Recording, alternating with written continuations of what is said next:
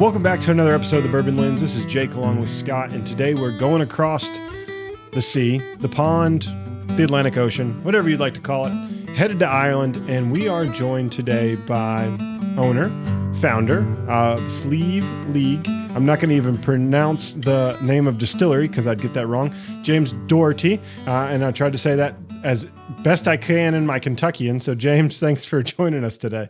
Oh, Jake, thanks, man. It's great. And your pronunciation was really good. So well done. You know, we're off to a great start. Scott, how many times did he have to tell us before I got it right before the show? A few. Not as many as I thought it would be, but just looking at the spelling. You got to cut yourself a bit of slack there. I think you got it pretty much out of the gate. So. Oh, man. No, it's good. And, you know, what's really interesting about this time of year, we were talking a little bit about the weather in Ireland, and I was just reminiscing that about 8 years ago, me and my now wife went there only 6 weeks into dating. Like, it wasn't super long. We were like, let's go to Ireland. That's how you know you found the one, right? You just travel. And the one thing I noticed is it gets really dark this time of year there. Yeah. So like, what's that like just from just darkness, like at like 3 o'clock in the afternoon type thing? Yeah, so 3 o'clock in the afternoon, it's already starting to go. I mean, like now it's dark about 4-ish or so. It starts getting really dark about 4 or 5. And by sort of December 22nd, that's the shortest day of the year here. So that's, you know, it'll be dark definitely by 3 o'clock. So the weird thing is, as a kid, I can remember you go off to school and, you know, you go off to school in daylight and you come home in the dark. It's kind of, you know, it's weird. And I guess, yeah, it kind of affects people in different ways. That kind of, where that's probably what forced people up onto the mountains to make poaching during the summer and make, you know, illicit distilling so that they had something to get through those long winter nights. Yeah. We're going through that. We both got small kids. So like changing the time change and it getting dark early, it's rough. It's a struggle. Yeah. It's not fun. Yeah. I have 3 granddaughters now. So I'm properly old. And I would say, if I could skip the parenting bit and go straight to grandparents, that's the secret. Yeah, that's when you get to have all the fun, right? You just give them back at the end of the day. That's it. You get to do all the fun stuff and then pass them back. That's not the worst thing in the world. No, absolutely. And I mean, you can see I've got a Maui up behind me. My eldest granddaughter thinks that I'm Maui for some reason. So I can assure you, I might be almost as tall as The Rock, but I certainly don't have his physique. That's funny. That's hilarious. We're super grateful. I know it's later in the day there, so we're really appreciative of you joining us today. So you all just recently launched a new product into the American markets, and we'll talk about that. But, you know, for those who don't know you, you have a ton of experience in the whiskey industry with William Grant & Sons and some other folks, and even the tea industry that helped you kind of get an understanding of whiskey in general. So James, can you just tell us a little bit about you so our listeners know like what they're getting into when they pick up a bottle of this whiskey down the line? Surely. Well, I started, you can tell from my accent, I'm not from Donegal. So although we built a distillery up here in Donegal, I grew up in just southwest London. So my parents left here in the 60s to look for work and opportunity over in London and made a really good life for themselves there. And me and my brothers and sister were all born there. So we were all British by birth, Irish by sort of passion, I guess, if you like. I started my career in tea and coffee. So I studied agriculture, went off to Africa with a wanderlust, picked up a wife out there as well. So Moira's from Bulawayo in Zimbabwe. Ran various kind of coffee estates first, then tea estates after that. And sort of was in Malawi for the last sort of 6 years of that career. And we grew really good yielding, you know, high yielding teas that had colored up really well. So if you think about the red color you get in a tea bag that comes out of your tea bags, that's what Malawi tea does for you. But we were really good at kind of taking the science on and trying to work out how to make that business much more efficient, much more effective than it had previously been, and actually got record prices and stuff whilst we were there for that. But I did that for, as I say, I left Malawi in 1997 and went back to the UK. Our daughter was just going to school, and we looked at, I kind of looked at food and drink companies, and I met a headhunter who said, you know, here's a job advert. Why didn't you apply for it? And I kind of went, well, I don't know. And he says, well, look, I've written on the top of your CV, interesting chap, get him in. And I went, okay, fair enough. But the jobs, he said, it's a sales job. And I went, yep. And he said, and it's Eastern Europe. And I went, yes. And spirits. And I said, well, I like whiskey, but that's the only one that I can tick for you. I have 2 African languages, no European languages, and I have no sales experience. And he said, I think you'd be really good at this, so we're going to put you in front of the guy. So I got in front of, at the time, the sales director for William Grant & Sons, fantastic independent distillers, family owned for 5-6 generations now. And he gave me a break that I'm surprised anyone would give me. But there were a few things in my favor. He was like me, a first-generation Irishman. So, parents were Irish. His dad was a builder. My dad was a builder. He'd just come out of Twinings Tea and as their sales director. And I'd had his master blender actually stay with us some sort of 6 months previously at our place. So I'm sure he had me checked out before I went in. And we just got on really well. And he put me into Grant's, looking after Central and Eastern Europe at a time when, like, Yugoslavia was ripping itself apart. Russia was a kind of hairy place to go, and I was willing to do pretty much anything. And having an Irish passport was a really good way of traveling around because the Irish tend not to offend anyone. Although I did find out when I went to Colombia once on an Irish passport that was less successful, and I spent a fair time explaining to customs officials why I had a bag full of booze and I really wasn't there to do up to any mischief. But so I did that I was in the sort of Central and Eastern Europe piece for a while. I got lucky. It's so important to be lucky in your career. So I was with. So Grant's was with a small distributor at the time, and Johnny Walker decided to switch their distribution in Russia. And there's nothing like a wronged distributor to do you good. And so I met the distributor they just left, which was Russian Standard. And they had massive distribution that they probably built, if I'm honest, on the back of Johnny Walker. But they built this massive distribution piece. They were really angry about being let down. And so we appointed them as the Grant's distributor. And the business went from 2,000 or 3,000 cases a year to sort of 200,000 cases a year. And so you kind of get famous for things like that. And I'd love to say it was kind of all down to me, but the reality is there's a machine that you kind of plug into that makes a difference. So I did that for a few years, moved into the marketing team. So I realized I couldn't really get promoted without it. And so I asked for a job in marketing, but I kind of realized I would struggle to get one.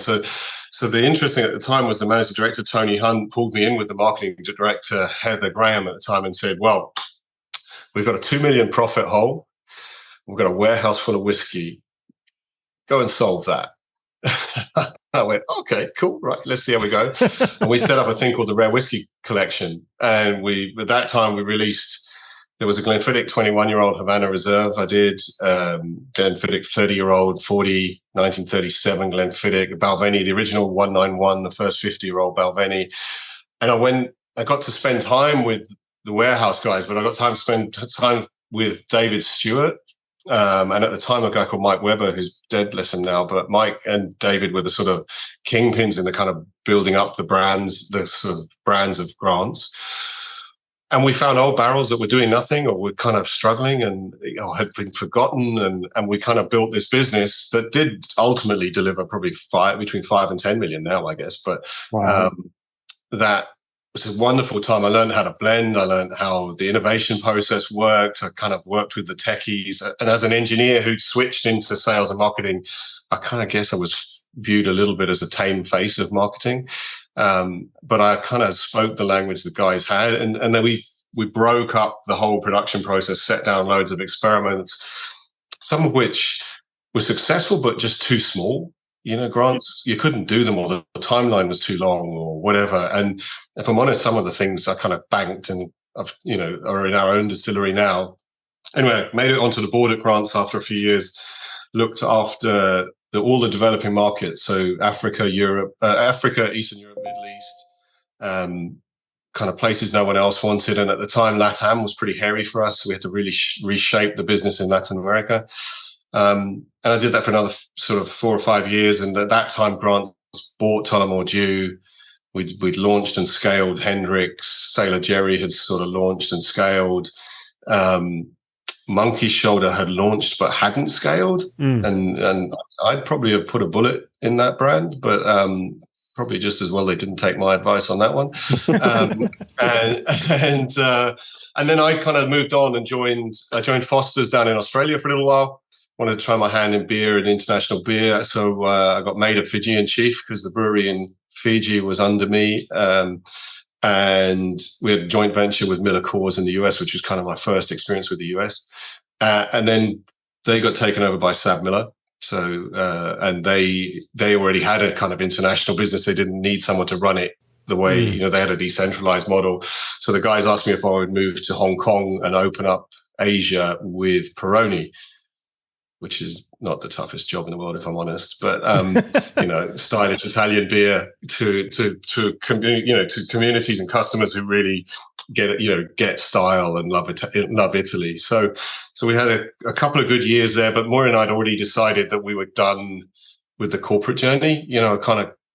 I wasn't willing to play the game anymore. I was becoming less and less employable because I was more cantankerous, and we kind of brought our contrarian view of the world to what we do now. So I guess that's the sort of the career summary. Probably a bit longer than you were expecting, Jake. Sorry about that. Well, there's a lot there. I mean, really, a lot to digest. And I think you said sometimes it just takes to get lucky, but sometimes it also takes you willing to just take chances and make a move. I think that's so right. I think that you can plan. I think the thing I've learned is I've seen people who have got really structured kind of career plans. They know exactly where they want to be. They know what they're going to do. And it's all very planned. And that's fine. But there's so many opportunities that kind of come your way. And you've just got to be willing to sort of lean into that space, almost say, yep, I'll do it, and then work out whether you can or not.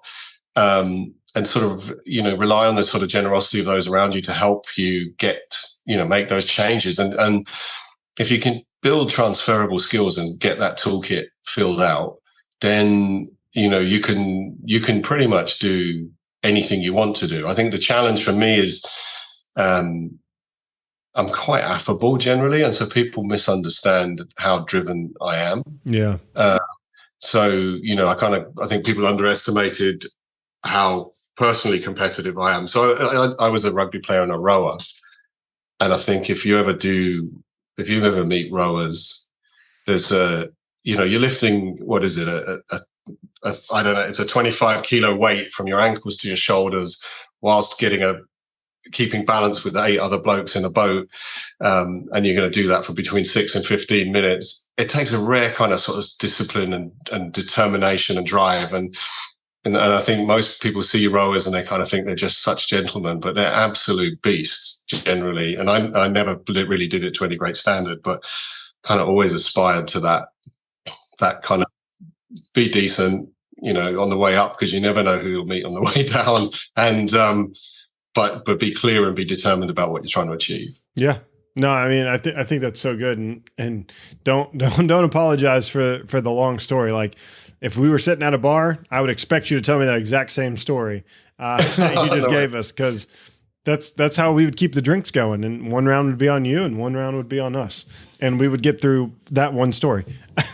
Yeah, we get through a few drinks, I'm sure too. Yeah. 100%. So you and Moira make this choice, right, to kind of get out of the corporate game and follow this passion of whiskey and just building something that you all have nostalgia for, that you all have this passion about. So what was that next step like, leaving corporate world business and going, hey, I want to go to Don Gill and I want to build this distillery?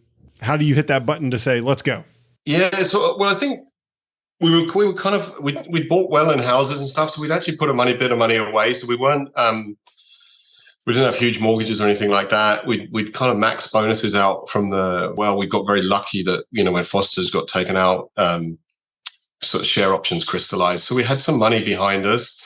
And in 2010, we were over here in Donegal, and this is my happy place, right? So no matter where we've been in the world, no matter what we've done, Maura and I will always come here. It's where I kind of reconnect with the world, and I get all zen and hippie about the world. But there are places here which I go to, and I don't have to be there for 15 minutes, and I completely recharge. So So I said to Mo, we were out picking seaweed in 2010 with my auntie, and we pick seaweed here, and you dry it and eat it as a snack, and it's a bit like a sort of vegetarian jerky.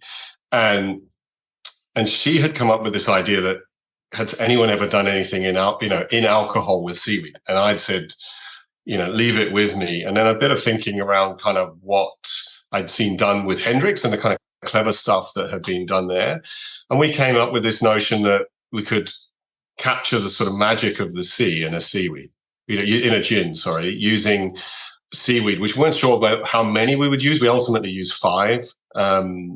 And we champion the Irish language, so we talk about capturing Drioch na Farraga, which is the magic of the sea, in a gin that's super savory. And it kind of felt like an idea that was not a small idea. That felt like a big idea. And then we looked at Irish whiskey and kind of, with my granddad being, with 2 granddads being illicit distillers, we kind of worked out that the taste of Irish whiskey today is a taste of the 60s. It's a hyper consolidated kind of taste. It's a city-based flavor, and it's the taste of sort of 1960 onwards. And that if you go back in time and you look at Irish whiskey as it was richer, more characterful, and certainly rural Ireland was all smoky. And my granddad's poaching recipe was smoky. So you can think about all of the whiskies that would have been made on the West Coast. They would all have been, smoky at some level. And we kind of went, well, actually, we've now got 2 kind of ideas that we think are quite contrary to the way the world is. We've got a savory gin and a world of gin that's kind of sweet and frivolous. And smoky Irish whiskey doesn't even look like it's a thing except for Connemara, which we felt we could do it differently and better. And then we kind of put that together and said, well, if you do this well, we know from sort of Dufftown, where, Glenfiddich and Balvenie and places, like 7 distilleries in Dufftown, you can create opportunity that might leave, people like my mum and, with a choice to stay, because there's kind of really good jobs in the area. Because the area is kind of dominated by agriculture and fishing. It isn't dominated by any kind of industry, heavy industry. So it is getting more now.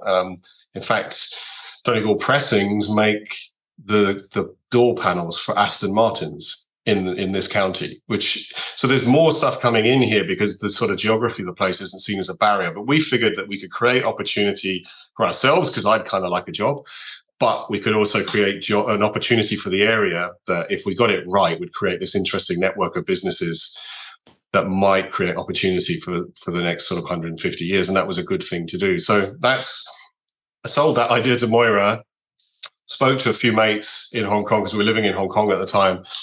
And so look, would you invest in something like this? Would you put money behind something like this? And they kind of went, yeah, of course we would. And I went, oh, fantastic, that's really good. And they said, how much do you need? And I went, well, rough and tough, 10 million. And then they all kind of went a bit sheepish. But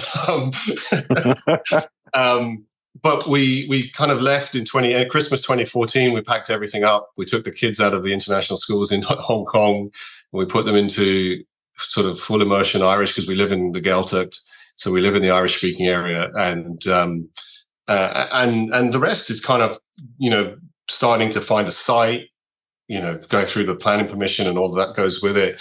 The adage, someone said to me at the beginning, and I kind of laughed it off a little bit, but they said, it'll take you twice as long and it'll cost you twice as much as you think. And I'm afraid it hasn't cost us twice as much, but it has taken twice as long.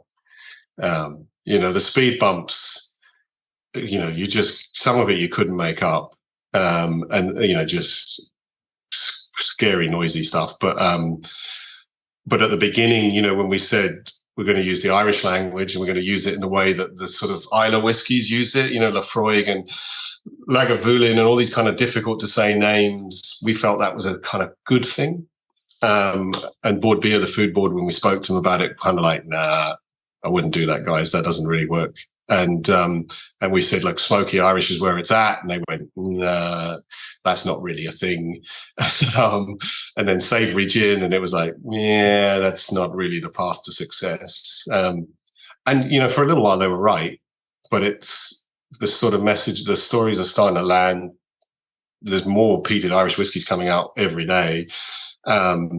And the business kind of has grown. Sort of first year of the COVID lockdown, we doubled in size. We tripled the year after. We doubled again. This financial year is just finished now. We doubled again. So we got a bit of traction, and we've built a 500,000 litre distillery, which has got a grains in, basically an illicit process, and heavily peated sort of a single malt and pot still Irish whiskies. You all are doing a variety of different things. And, one of the things like that I think is really interesting, that just to go into distilling, like you said, it twice as much and twice as long. And like, I hear that often, and Scott, we've heard it often, like it's going to take long. Like, what was the one thing that surprised you most, or the biggest road bump that you all kind of had to get through as you all were getting to the point of getting liquid out the door, for people to try? Actually, the biggest speed bump we probably had is around planning. So actually the planning process itself was kind of pretty straightforward. We had some local interference that is hard to put your finger on whether it's politically motivated or just plain begrudgery, kind of nastiness that cost us a site. So that really cost us 2.5 years while we tried to solve it, and then got dragged through the courts. And so in the end, we just said, right, we're done with this. We cut our losses on the site and moved on to found another site, got planning permission, and built the distillery.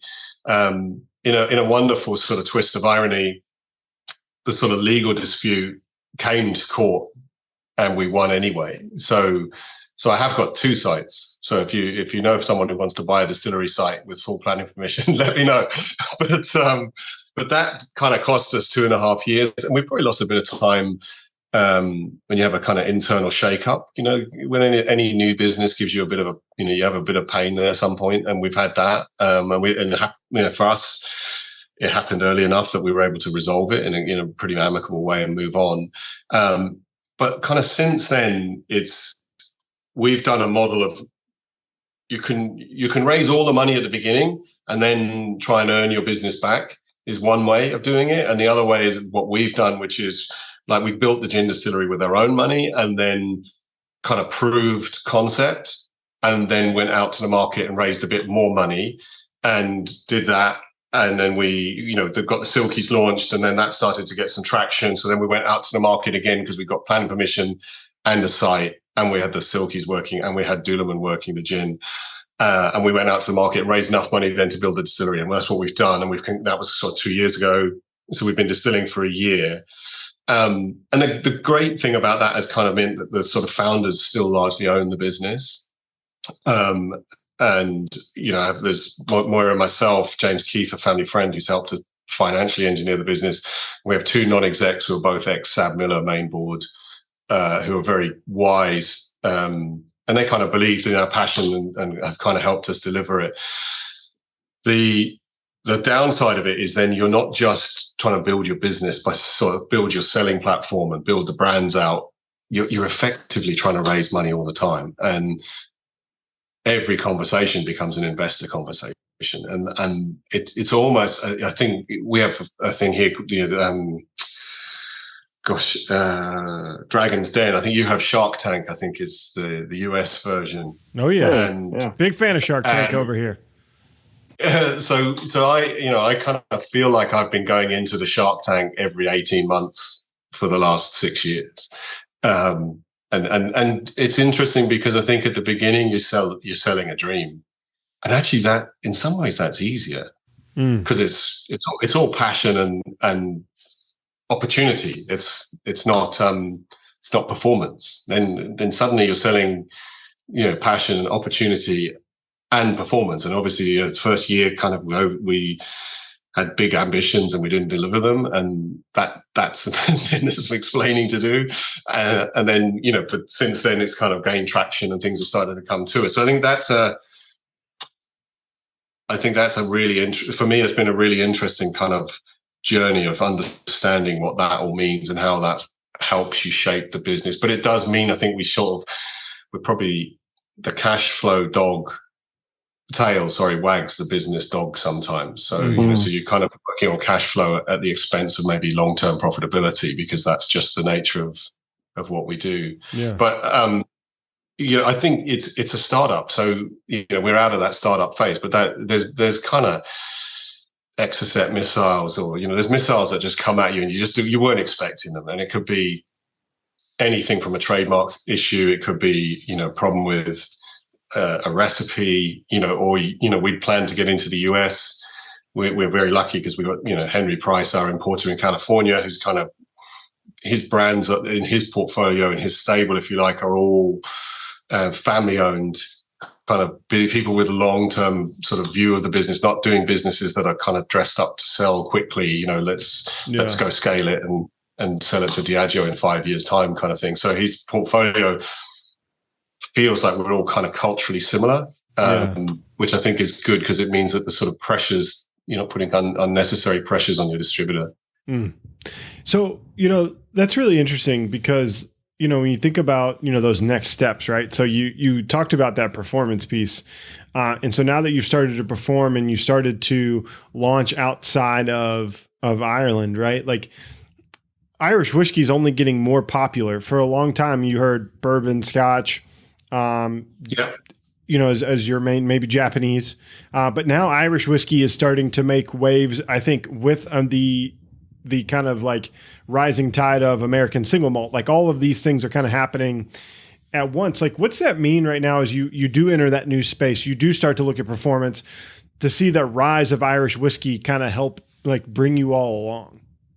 Yeah, well, it does. And, it's quite funny that you look at Irish whiskey and, in 1982, I think there were only 2 distilleries. So all the brands are coming out of 2 distilleries, Bushmills in the north and Middleton, so Jameson Distillery in the south. And so you've got very limited styles available and you've got a kind of hyper consolidated position. So you've kind of created the right environment for all the craft players to come into.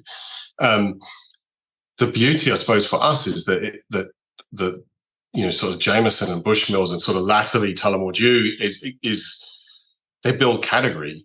They build this enormous category, which we're sort of playing in a much smaller way, and that's I think in some ways there's almost a kind of perfect relationship, the perfect relationship I could see would be they grow category, we kind of keep it noisy and interesting, and I think that's a kind of good place for us to be. The thing is, at the moment, I think that the styles that are coming out of Ireland are all a bit chaotic. So everybody's kind of doing a bit of patchwork of style. So, a little bit of pot still, a little bit of single malt, a little bit maybe peated, a little bit of this, a little bit of that. We've kind of nailed our colours very clearly to a very distinct path. And it's, we do peated whiskies. So there's nothing unpeated in the distillery. So it's all smoky.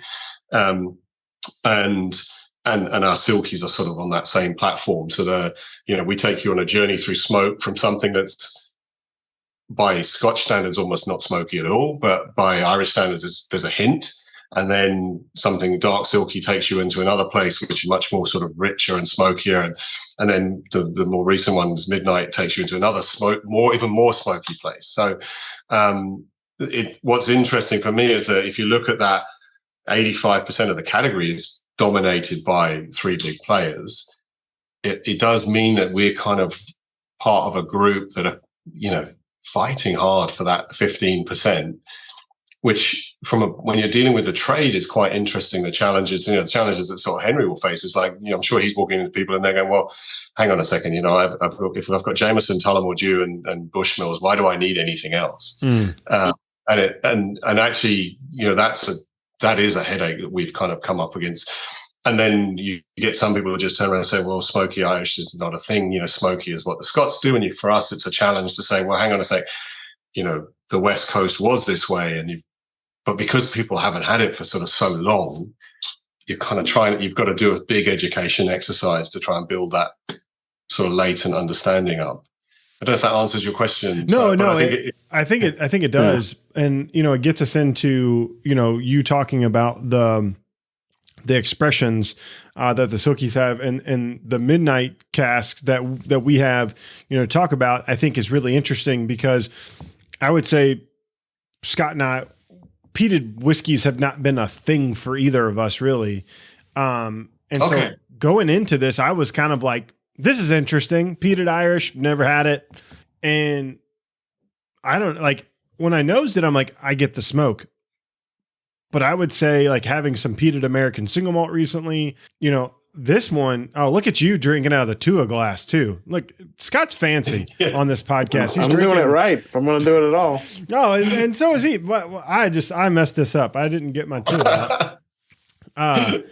But I think I was scared, to be honest. This is the stout cask is what makes this whiskey for me, because it balances all the smoke out.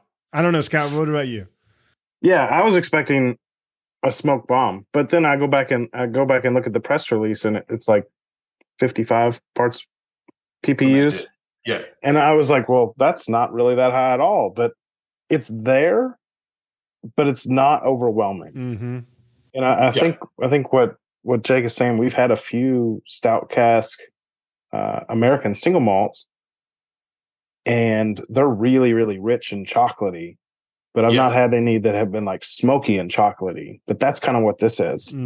It works. It just works. Yeah. Like, that's the one thing. Like, I didn't pay attention to that stout cask finish like when I first got it. But I think that balances out the salinity of it all. And that gives it a really smooth drink. So you get the campfire type of nose, but you're able to like really approach this and appreciate the parts per million in it. Because it balances with that Imperial Stout cask. It's interesting you said balance, because I kind of look for balance when I'm blending, and so the whiskeys in the Silkie are from Great Northern Distillery, so they're sourced. Yeah. The sort of less smoky ones in the range, if you like, the Legendary Silkie is 4% of the blend is peated Irish, and peated to 55 parts per million. But you're triple distilling, so you probably only get to 22 parts per million in the final spirit, and it's only on 4% of the blend. So it's just there like cracking some black pepper over a really good steak. That's all it does. Just releases those flavors. In Dark Silkie, we take it on to 15% of the blend, and actually I use the grain whiskies in it are all in virgin oak. So it's kind of bridging styles, kind of almost to sort of across mid-Atlantic somewhere. So it's kind of lifting you across. We use corn-based, so maize-based grain, and then the virgin oak cask. It was Best Blended Irish 2021 in San Francisco, which is kind of cool because it's an outlier taste-wise from the Irish category. So it's kind of nice that it's won the awards. And then with Midnight Silkie, which you're drinking right now, it's with grain whiskies, you get this big round belly of sweetness, and then you can hang pretty much any flavor you want around the outside, and you can get it to shine. And because the Midnight Silkie, it doesn't say on it that I could call it a single malt. We don't, because I think if you put single malt on a label, everyone assumes it's from your distillery, and it isn't. These are sourced, so we don't want to claim. I don't want to lead you even indirectly to a place which isn't true. So what we've done here is, when you start dealing with kind of young single malts, so these whiskies are only sort of 3.5, 4 years old. They're not massive age, but then it's kind of, how do I create softness? So I love soft drinking hard spirits. That's my thing. So I love softness in the mouth, and I haven't got the roundness of that grain whiskey sweetness to play with. So I had to create that structure to get the peat to shine. And so we went at that with, so the structure is really given to me by Cabernet Sauvignon casks. So we're using a red wine, and that's giving us this kind of, here at Halloween, you have toffee apples, like a red apple that's, dipped in toffee. So you get that kind of sweetness of the toffee apple, but the crunch, that freshness of the apple inside. So that was kind of the core of it. And then I needed this creaminess. Now I thought, just like you, I'd get chocolate off the Imperial Stout cask. So we were looking for chocolate off it. But actually, when you put it together with the red wine cask, what it gave us was this kind of creamy texture. And what chocolate that is there for me is like cheap milk chocolate. It's not deep, rich, 70% cocoa chocolate. It's Hershey's. Yeah. Well, other brands are available, but but you know what I mean? Like, it's just like a soft milk chocolate, like that you're left with in the palate. Like, I told Scott jokingly before you got on, I'm like, I won't be able to drink anything else tonight. Like that's what I just thought because I smelled the peat. But like I'm like, I could go from this to another whiskey. My palate's not wrecked. Like that's what I like about this is it's there, but it's not going to blow my palate out. That's really kind because I really like that. That's a really nice thing to hear because for me, what we're trying to do is not talk about peat as the input, but smoke as a flavor.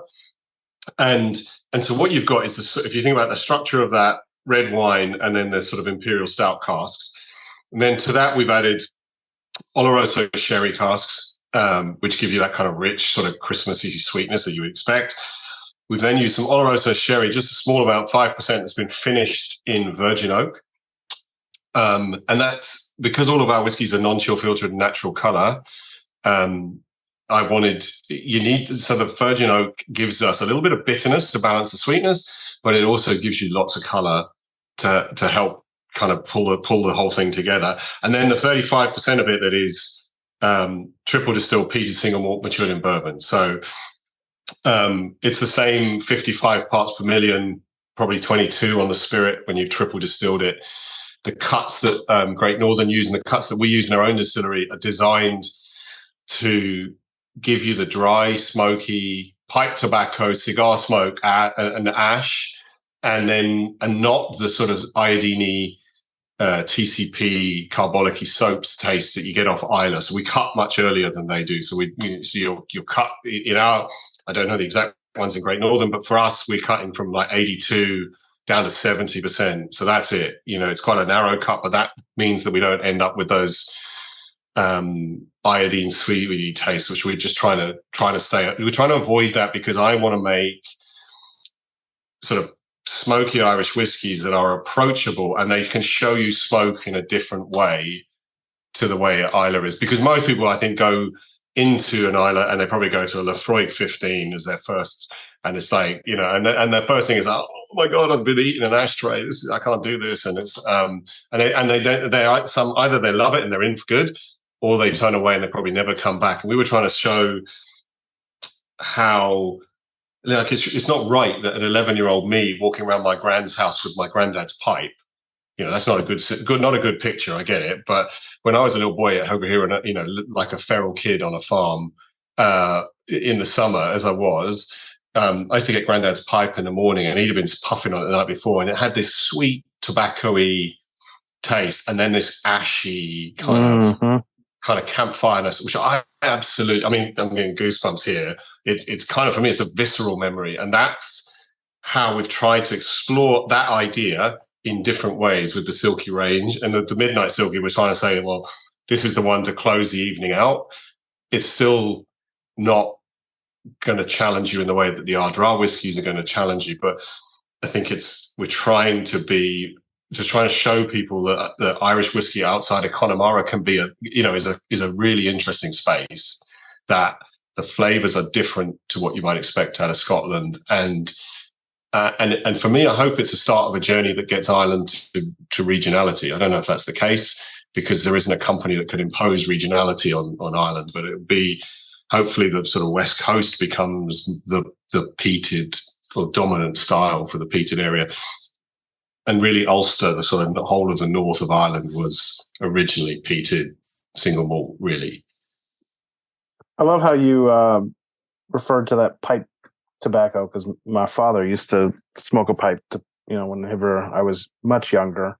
But it's a memory that doesn't really dissipate. Like, it's a smell that really triggers something.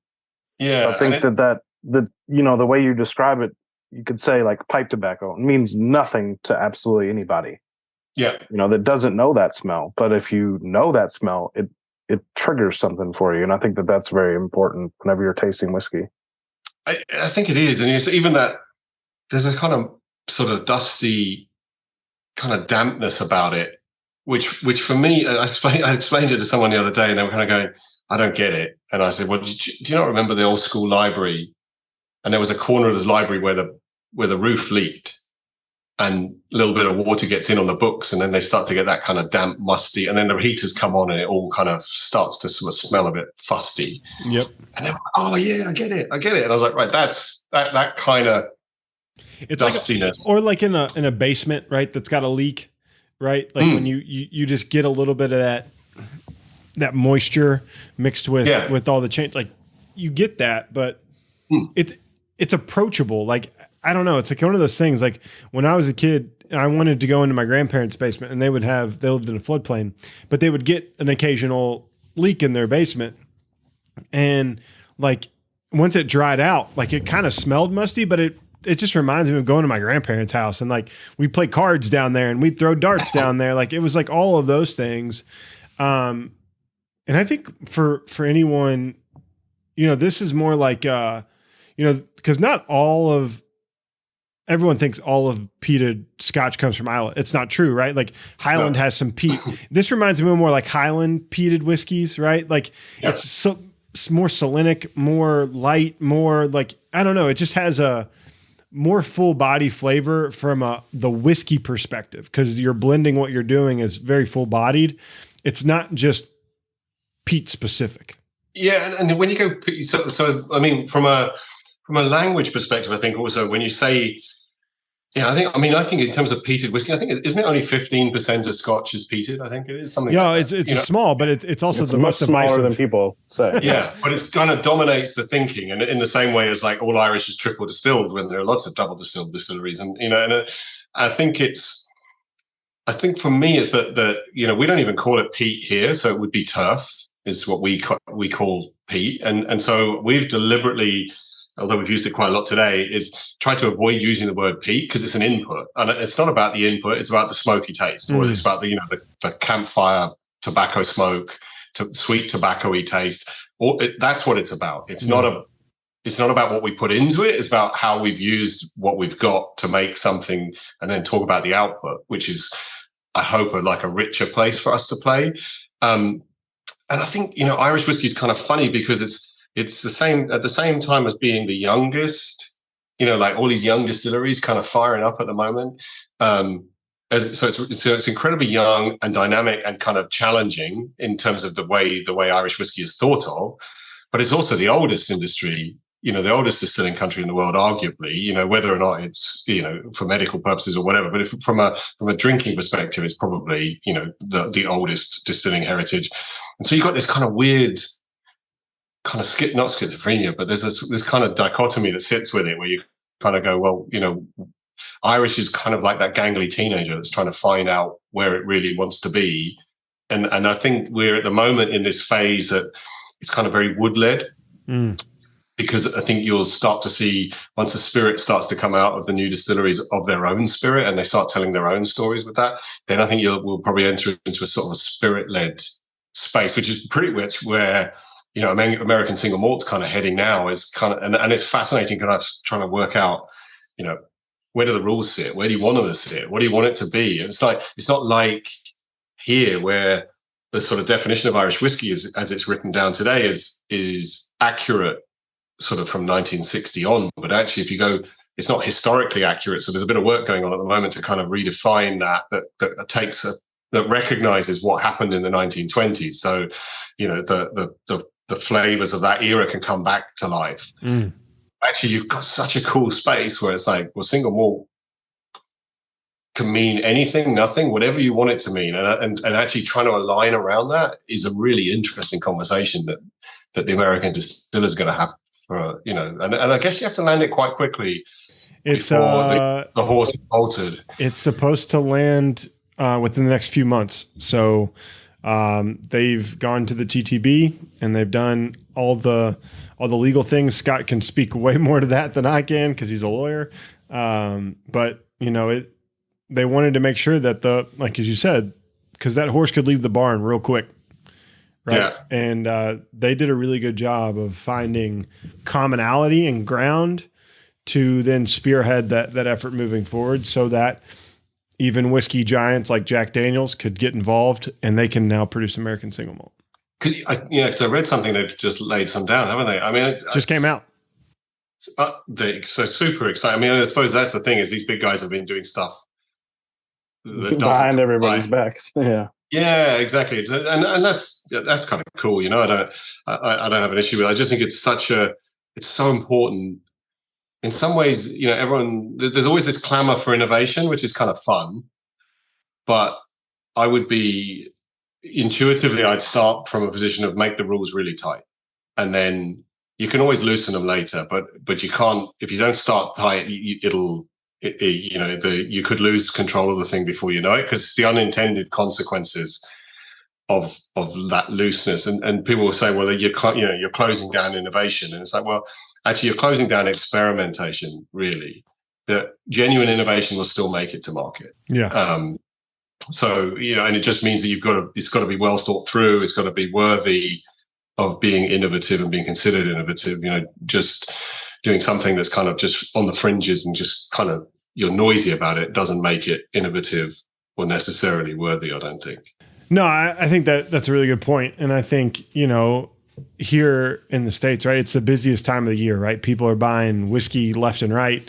And they're getting ready for the holiday, right? And so this is really an exciting time to talk about, new whiskeys, new innovations, because that's what you all are doing for the American spirit drinker, is providing something new for them to drink. And so we're super excited to, showcase Midnight Silkie on our platforms and today, and having talked to you, James. So where can people just find your product in the States? Like, where is it easy for them to get access to it? Gosh, that's a great question. So it's in. So I think we're in 41 states now, which is that's pretty comprehensive for like 18 months in. So we're doing pretty well in that sense. It's specialists only, really. So we're not in any of the. I think we have like a few Total Wines and stuff like that, but actually it's specialist liquor stores across. I'm trying to think now.